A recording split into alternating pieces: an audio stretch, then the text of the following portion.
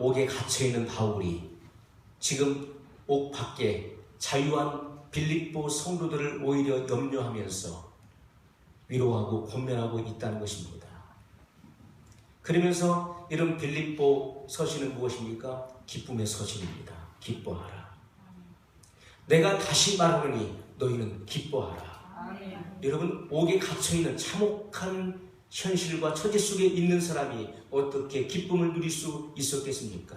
그러나 바울은 내가 기뻐하노니 너희도 기뻐하라. 나는 비록 몸은 매여 있지만 그러나 복음은 매이지 아니하였다. 여러분, 하나님께서는 바울이 복음을 증거하다가 비록 그 몸은 옥 속에 매여 있지만 복음은 매이지 않았다라고 고백하고 있습니다. 그가 옥에 갇혀있는 동안에 모든 인류를 구원할 복음의 깊은 메시지를 하나님은 준비시키고 있었다는 것입니다. 복음은 매이지 아니하였다. 그 칠흑같이 어두운 그 감옥 속에서도 하나님의 성령의 감동으로 말미암아 성경을 기록하게 하셨다는 것입니다. 여러분, 우리는 어떤 상황과 환경 속에서도 우리는 성령의 기쁨으로 우리는 기뻐할 수 있을 수 있는 것입니다. 오늘 12절 말씀을 같이 읽겠습니다. 그러므로 나의 사랑하는 자들아, 너희가 나 있을 때뿐 아니라 더욱 지금 나 없을 때에도 항상 복종하여 두렵고 떨림으로 너희 구원을 이루라. 아멘. 나 있을 때뿐 아니라 더욱 지금 나 없을 때에도, 내가 있든지 없든지, 여러분, 교회 지도자가 있든지 없든지 항상 복종하여 두렵고 떨림으로 너희 구원을 이루라, 이렇게 말씀하고 있다는 것입니다. 여러분, 오늘날 한국교회 구원론은 큰 문제를 야기시키고 있습니다. 한 번 구원은 영원한 구원이라고 외치는 사람들도 있고, 또 믿음으로 구원을 받는다는 이 진리를 함부로 남발하여서 회개에 합당한 열매를 맺지 않아도 예수님을 믿었기 때문에 이미 구원은 받았다라고, 그리고 그 구원은 영원한 것이라고 가르치고 있다는 데 큰 문제가 있다는 것입니다. 여러분, 우리가 예레미야 당시에 유대인들의 상황이 어땠습니까? 우리가 예레미야 7장의 말씀을 보게 되면은 주님께서 그 시대 유대인들에게 어떤 말씀을 선포하시는지를 우리가 명확히 알 수가 있습니다. 너희가 무익한 거짓말을 의뢰하는도다. 너희가 도적질하며 살인하며 간음하며 거짓 맹세하며 바알에게 분향하며 너희의 알지 못하는 다른 신들을 쫓으면서 내 이름으로 일컬음을 받는 이 집에 들어와서 내 앞에 서서 말하기를 우리가 구원을 얻었나이다 하느냐. 이는 이 모든 가증한 일을 행하려 함이로다. 내 이름으로 일컬음을 받는 이 집이 너희 눈에는 도적의 구렬로 보이느냐. 보라, 나 곧 내가 그것을 보았노라. 여호와의 말이니라. 여러분, 얼마나 무서운 하나님의 선고를 우리가 들을 수가 있습니다. 예수님께서 이 땅에 계실 때 공생의 초기와 말기에 성전을 청결케 하신 사건이 있었습니다. 그때 주님께서 얼마나 분노하셨습니까? 너희는 내 아버지의 집으로 강도의 구려를 만들지 말라고 주님은 역력히 진노하셨습니다. 여러분, 예레미야서에서도 너희 눈에는 내 아버지의 집, 이 집이 도적의 구렬로 보이느냐? 너희 눈에는 이 집이 도적의 구렬로 보이느냐? 여러분, 예수님께서는 내 아버지의 집으로 강도의 구렬을 만들지 말라고 말씀했습니다. 여러분, 도적들이 밖에 나가서 도적질을 합니다. 많이 남의 것을 훔쳐가지고 이제 자기들의 소굴로 들어옵니다. 그리고 짐을 탁 내려놓고 안도의 힘을 내쉬면서 살았다. 여러분, 오늘날 우리들이 어떻습니까? 세상에 나아가서 죄를 밥 먹듯이 짓습니다. 우리 마음에 가득한 그 죄악으로 말미암아 우리는 죄들을 유발합니다. 수없이 많은 죄들을 우리가 짓고 교회에 와서 나는 하나님의 자녀야, 나는 구원받았어, 이렇게 안도의 숨을 쉰다는 것입니다. 오늘 주님은 말씀하시기를 너희는 내 아버지 집으로 강도의 구르를 만들지 말라고 말씀하고 있다는 것입니다. 주님은 우리의 모든 가정이 행하는 일들을 명확히 보았다고 말씀했습니다. 우리가 세상 가운데서 내 마음대로 하나님 말씀을 떠나 살면서 교회에 와서는 나는 구원받은 성도야. 나는 예수님을 믿음으로 나는 구원받았어. 나는 지금 죽어도 천국 갈 수 있어. 라고 거짓 확신을 가지고 있다는 것입니다. 여러분, 우리는 로마서의 교리를 통해서 바울의 이신득이 사상을 이미 다 알고 있습니다. 믿음으로 말미암는 의. 이것은 변하지 않는 진리인 것입니다. 그러나 많은 사람들이 이 말씀을 오용합니다. 어떤 사람들은 말하기를 바울은 믿음을 강조했고, 그리고 야고보 기자는 행함을 강조했다. 그러나 여러분, 우리가 바울 서신을 우리가 살펴보십시오. 바울 서신을 여러분 관찰해 보면은 야고보 기자보다도 바울은 더욱더 행위를 강조했다는 것입니다. 여러분, 성경은 우리에게 분명히 말씀하시기를 행함이 없는 믿음은 그 자체가 죽은 것이라고 말씀하고 있습니다. 살아있는 믿음, 여러분, 믿음이라고 하는 것은 바로 그 속에 생명이 있는 것입니다. 아멘. 믿음 안에 생명이 있어서 믿음은 바로 역동적입니다. 아멘. 그리고 생동력이 있습니다. 실제적인 것입니다. 아멘. 여러분, 진실한 믿음, 예수 그리스도를 믿는 그 믿음 안에 그리스도의 생명이 있는 것입니다. 그래서 우리의 삶을 변화시킵니다. 우리의 삶을 바꿀 수 있는 것입니다. 개혁시킵니다. 그래서 변화된 삶을 살아가도록 만드는 것입니다. 여러분, 이것이 바로 진정한 믿음이라고 하는 것입니다. 그래서 주님은 우리에게 말씀하시지요. 마태복음 7장 21절에 나더러 주여 주여 하는 자마다 다 천국에 들어갈 것이 아니요 다만 하늘에 계신 내 아버지의 뜻대로 행하는 자라야 들어가리라고 말씀했습니다. 여러분, 누가 예수님을 가리켜서 주여 주여 합니까? 우리 예수님을 믿는 사람들, 교회를 다니는 사람들이 예수님을 가리켜 주여라고 고백하는 것입니다. 우리가 주여 주여 하지만 주님을 찾는다고 해서, 주님을 다만 믿는다고 해서 우리가 다 구원에 이르는 것이 아니라 거기에는 진실한 믿음에는 진실한 행위가 동반된다는 것입니다. 다만 내 아버지의 뜻대로 행하는 자, 아버지의 뜻대로 사는 자라야 천국에 들어가리라고 분명히 말씀했다는 것입니다. 아멘. 여러분, 우리가 말씀에 근거한 구원의 확신은 굉장히 중요한 것입니다. 그러나 감정에 근거한 확신에 속아서는 안 된다는 것입니다. 그래서 여러분, 바울은 무엇을 권면합니까? 빌립보 성도들에게 지도자를 의식하는 그런 인본주의 성도가 돼서는 안 된다는 거예요. 우리는 범사에 하나님을 의식해야 됩니다. 그리고 하나님 앞에서, 우리가 코람데오라는 말을 많이 씁니다. 하나님 앞에서. 내가 하나님 앞에서 어떠한 삶을 살아가고 있는가를 우리 말씀을 통해서 검증해야 되는 것입니다. 너희가 믿음에 있는가, 너희 자신을 확증하고 검증하라고 주님은 말씀하고 있다는 것입니다. 내가 정말 믿음에 있는가, 내 안에 정말 예수 그리스도의 생명이 있는가, 그리고 나의 삶은 예수 그리스도의 생애를 재현하는 그런 믿음의 삶을 살고 있는가를 확증하라고 말씀하고 있다는 것입니다. 여러분, 믿음은 생명이 있기에 살아 움직이는 것입니다. 아멘. 그리스도의 삶을 재현하는 것입니다. 아멘. 이것이 진정한 믿음의 삶이라고 주님은 말씀하고 있다는 것입니다. 13절 말씀을 같이 읽겠습니다. 너희 안에서 행하시는 이는 하나님이시니 자기의 기쁘신 뜻을 위하여 너희로 소원을 두고 행하게 하시나니. 아멘.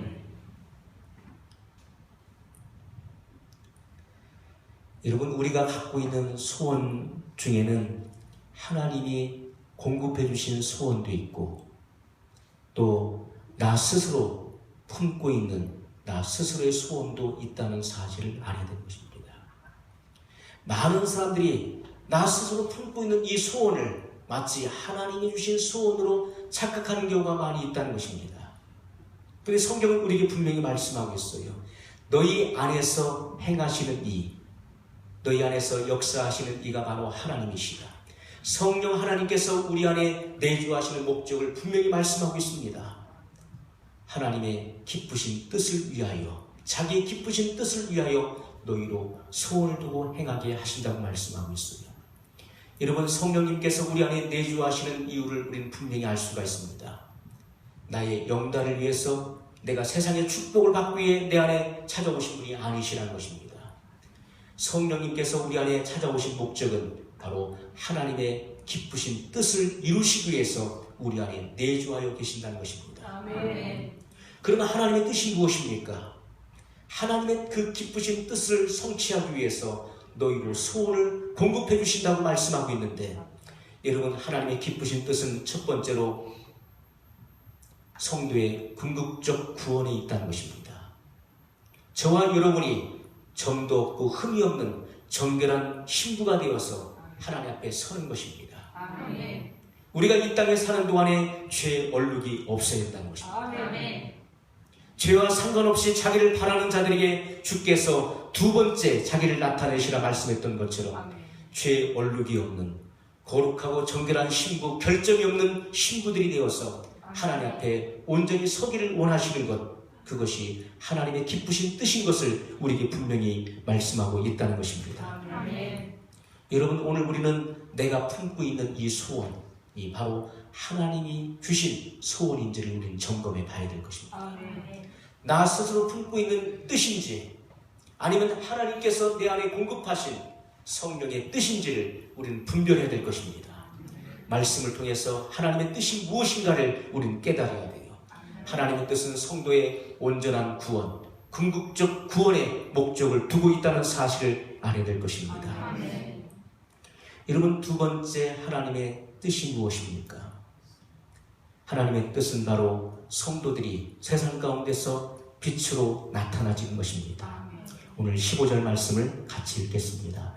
이는 너희가 흠이 없고 순전하여 어그러지고 거스르는 세대 가운데서 하나님의 힘없는 자녀로 세상에서 그들 가운데 빛들로 나타내며. 아멘.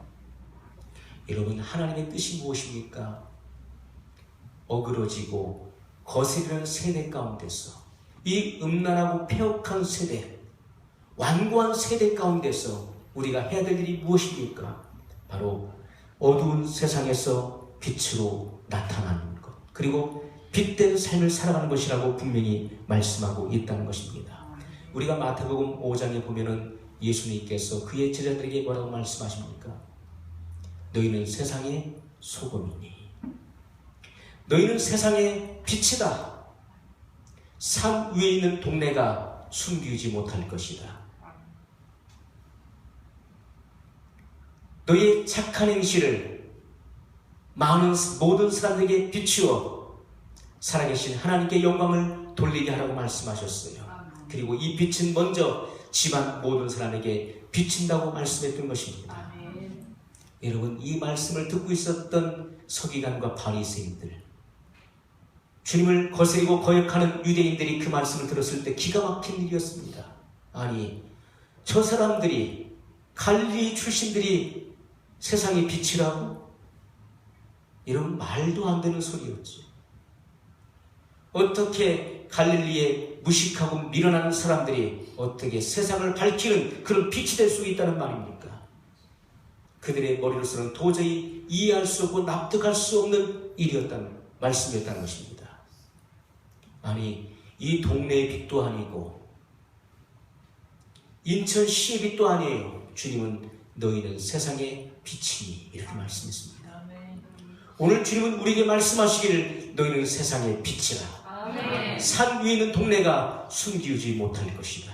아멘. 여러분, 그 말씀이 그 당시에는 이루어지지 않았습니다. 그리고 이루어질 것 같지 않았습니다. 도무지 그 말씀은 납득할 수 없고 이해할 수 없는 말씀들이었어요. 그러나 예수님께서 부활 승천하신 이후에 성령이 오셨습니다. 그리고 나서 그들은 담대하게 나가서 복음을 증거하게 되었습니다. 디아스포라의 역사가 일어났습니다. 세계 각국 그들은 흩어졌습니다. 그리고 그들이 밟는 땅마다 변화됐습니다. 아멘. 그들이 가서 외치는 곳마다, 그들이 가서 사는 곳마다, 그들이 접촉하는 사람들마다 변화가 됐다는 것입니다. 아멘. 너희는 세상의 빛이라. 아멘. 여러분, 가는 곳마다 빛을 밝혀서 어두운 세상을 밝히는 그런 빛이 된 것을 우리는 성경의 역사를 통해 볼 수가 있는 것입니다. 아멘. 여러분, 바울이 1차 전도 여행으로부터 마지막 3차, 4차 전도 여행을 할 때 사람들이 바울을 가리켜 뭐라 하겠습니까? 저는 연병이라. 페트로가 하던 전염병이라. 페스트라고 그러죠. 전염병. 여러분, 옛날에 전염병이 한번 돌면 그 마을은 다 폐쇄시켰습니다. 다 죽었어요. 그 연병이 돌지 못하도록 다 막았던 것입니다. 바울이 그렇게 말하기를 저는 연병이라. 온 천하를 혼란케 하는 자다. 왜 그렇습니까? 바울 그 한 사람이 영향이 얼마나 지대한 영향을 미쳤는가를 우리가 알 수가 있어요. 아멘. 바울이 가는 곳마다 사람들이 뒤집어집니다. 아멘. 변화가 되어집니다. 아멘. 우상을 버립니다. 아멘. 모든 거짓과 모든 죄악을 다 버리고 아멘. 예수 그리스도를 영접하고 회개하는 역사가 일어났던 것입니다. 아멘. 저는 연병이라. 온 천하를 소란케 하는 자다. 저를 절대로 살려둬서는 안 된다라고 이야기했습니다. 여러분, 어둠을 몰아내는 빛이 됐던 것입니다. 아멘. 오늘 주님은 우리로 하여금 너희는 세상의 빛이라고 말씀하고 있어요. 아멘. 여러분, 성령 하나님께서 우리 안에 내주하시는 하나님의 뜻이 무엇입니까? 바로 너희는 세상의 빛이라. 아멘. 거슬리고 어그러진 세대, 음란하고 폐역한 세대, 완고하여서 하나님을 마음에 두길 싫어하며 하나님을 도무지 믿지 않으려고 하는 하나님의 말씀을 거스르는 이 악한 세대 가운데서 너희는 빛으로 나타나야 된다는 것입니다. 아멘. 우리의 변화된 행실이 바로 빛이라고 말씀했습니다. 아멘. 너희가 예수님을 구주로 믿었다면 그 믿음에 합당한 변화의 삶을, 변화의 행위를 보여줘야 된다는 것입니다. 아멘. 그것이 빛이 되어서 어둠을 소멸시키게 될 것입니다. 아멘. 여러분, 세상이 어두울수록 더욱더 필요한 것은 빛입니다. 아멘. 이 어둠 가운데 세상은 바로 빛을 필요로 하고 있습니다. 아멘. 오늘 그리스도인들이 세상에 빛으로 나타난다면 여러분, 이 세상의 모든 어둠을 몰아낼 수 있게 될 것입니다. 아멘. 세대가 악하면 악할수록 세상이 너무 악하다고 탄식하지 마시고 우리가 빛된 삶을 살아갈 수 있어야 된다는 것입니다. 아멘. 그것이 여러분, 오늘 우리가 해야 될 성도의 사명이라고 하는 것입니다. 아멘. 이제 주님께서는 우리에게 17절로 18절을 통해서 우리에게 마지막으로 당부하고 있는 말씀이 있습니다. 같이 읽겠습니다. 만일 너희 믿음의 재물과 봉사 위에 내가 나를 관제로 드릴지라도 나는 기뻐하고 너희 무리와 함께 기뻐하리니 이와 같이 너희도 기뻐하고 나와 함께 기뻐하라. 아멘. 여러분, 아주 중요한 말씀을 지금 하고 있습니다. 너희 믿음의 재물과 봉사 위에 내가 나를 관제로 드릴지라도 나는 기뻐하고 너희 무리와 함께 기뻐하리니 이와 같이 너희도 기뻐하고 나와 함께 기뻐하라. 여러분, 여러 제사가 있습니다. 번제도 있고 또 화목제도 있고 속건제도 있고 또 요제도 있고 또 오늘 본문에 관제도 있어요. 그런데 관제의 특징이 무엇입니까? 관제는 하나님 앞에 제사를 드릴 때 그 마지막에 그 예물에 뭘 붓습니까? 포도주를 붓는 것입니다. 그 제물 위에 포도주를 부음으로써 제사가 완성된 것입니다. 그것이 관제의 특징이었습니다. 여러분, 제물 위에 포도주를 부어보십시오. 어떻게 되겠습니까? 포도주는 그 제물 위에 쏟아지고 밑으로 떨어져 다 사라지고 말 것입니다. 그리고 그 포도주의 알코올 성분은 다 증발되어 없어지고 말 것입니다. 여러분, 오늘 바울이 마지막으로 빌립보 교회 성도들에게 권면하고 있는 내용이 무엇입니까? 바로 너희의 믿음의 재물과 봉사 위에 내가 나를 관제로 드릴지라도 우리가 합력하여 희생을 주님께 드림으로써 우리가 주님의 기쁨이 되자. 아멘. 너희의 믿음의 재물과 봉사 위에 내가 나를 관제로 드릴지라도. 이것은 바로 관제는 바울의 순교를 의미했습니다. 내가 하나님을 영화롭게 하기 위해서, 내가 하나님께 영광을 돌리기 위해서 마치 관제의 마지막 포도주를 붓는 것처럼 내가 이 땅에서 살아 없어진다 할지라도 그것을 나는 기뻐하노라고 말씀하고 있다는 것입니다. 아멘. 여러분, 내가 순교의 희생 제물이 되는 것이, 그것이 하나님의 기쁨이 된다면 나는 기꺼이 이 땅에서 사라져 없어져 버리겠다, 그렇게 말씀하고 있다는 것입니다. 이것이 진정한 희생이고 헌신이라고 하는 것입니다. 여러분, 하나님은 이러한 희생과 헌신을 흠양하신다는 것입니다. 아멘. 여러분, 예수님께서는 우리의 죄를 없이 하시기 위해서 나의 죄를 용서하고 나의 그 많은 죄를 없이 할 수만 있다면 주님은 못하실 일이 없었던 분이셨습니다. 그래서 하늘의 영광과 보좌를 버리시고 낮고 천한 이 땅에 내려오셔서 생축과 같이 십자가에 달려 죽으셨던 분이십니다. 아멘. 하나님은 사랑의 눈이 멀으셔서 인류를 구원할 수만 있다면 주님은 못할 일이 없으셨던 분이셨습니다. 아멘. 하나밖에 없는 독생자를 죄 많은 인류를 위해서 기꺼이 보내셨던 분이 바로 하나님이십니다. 아멘. 이것이 바로 하나님의 희생이었습니다. 여러분, 오늘 바울은 이 사랑을 처절하게 깨달았습니다. 철저히 체험했습니다. 내가 하는 모든 일이 하나님 앞에 영광이 될 수 있다면, 지금 내가 하는 이 행위가 하나님 앞에 영광이 될 수만 있다면 내가 이 땅에서 내 존재가 사라져 없어진다 할지라도 난 그것으로 인하여서 기뻐하노라. 아멘. 빌립보의 성도들이여, 나와 함께 같이 희생에 동참하자. 바로 이것을 권면하고 있다는 것입니다. 아멘. 여러분, 오늘 우리는 어떻습니까? 내가 무언가 수고하고 봉사한 것, 그것이 사람들에게 알려지기를 은근히 바라는 마음을 갖고 있어요. 내가 한 수고와 헌신을 누군가 알아주기를 기대하고 있는 것이 우리의 속성입니다.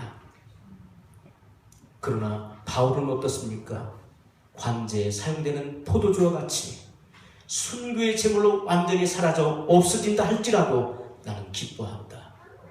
왜 그렇습니까? 그것이 바로 하나님께 영광이 되기 때문에 그 자체만으로 나는 기뻐하노라고 그는 고백하고 있다는 것입니다. 아멘. 여러분, 헌신과 봉사를 생색내기로 해서는 절대로 안 된다는 것입니다. 아멘. 우리는 지극히 작은 것을 봉사하고 섬기고 우리는 생색을 냅니다. 내가 있다, 내가 한 것이라고 나를 알아주고 나를 칭찬하고 격려해 주길 바라는 그런 속성을 가지고 있다는 것입니다. 여러분, 온전한 희생으로 하나님께 영광을 돌리는 그 자체만으로 우리는 기뻐할 수 있어야 돼요. 아멘. 주님이 알아주시면 되는 것입니다. 아멘. 그것이 주님 앞에 영광이 됐다면 그것으로 우리는 만족하고 기뻐할 수 있어야 된다는 것입니다. 아멘. 그러므로 여러분, 교회 리더를 의식하는 인본주의 신앙을 우리는 버려야 돼요. 목회자가 알아주든지 알아주지 않든지 그것은 중요한 것이 아니라는 것입니다. 오늘 우리는 항상 어느 기관에 어느 단체에 있든지 지도자를 의식합니다.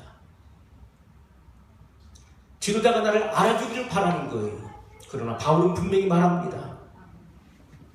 지도자를 의식하는 인본주의 신앙으로 흘러가지 말라고 말씀하고 있습니다. 아멘.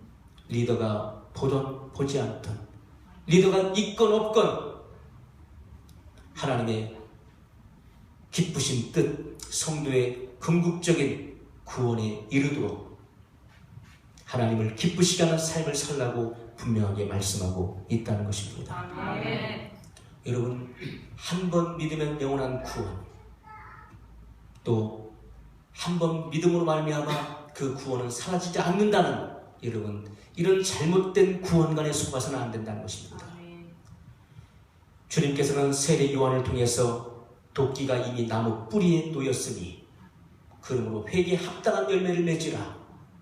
열매 맺지 않는 나무마다 찍혀 불에 던지우리라고 말씀했던 것입니다.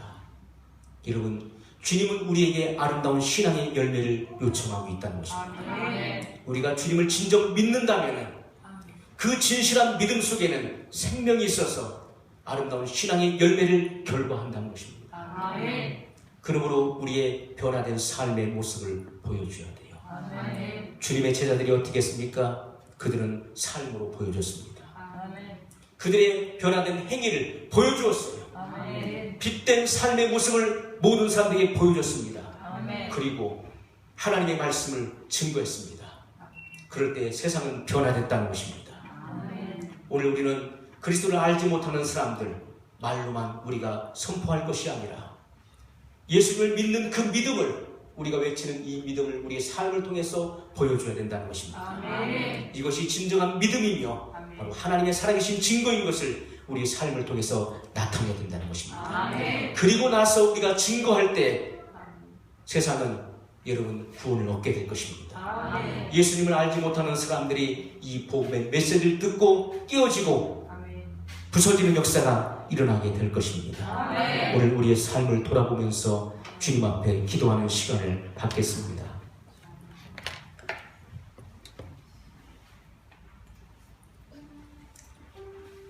오늘 우리들의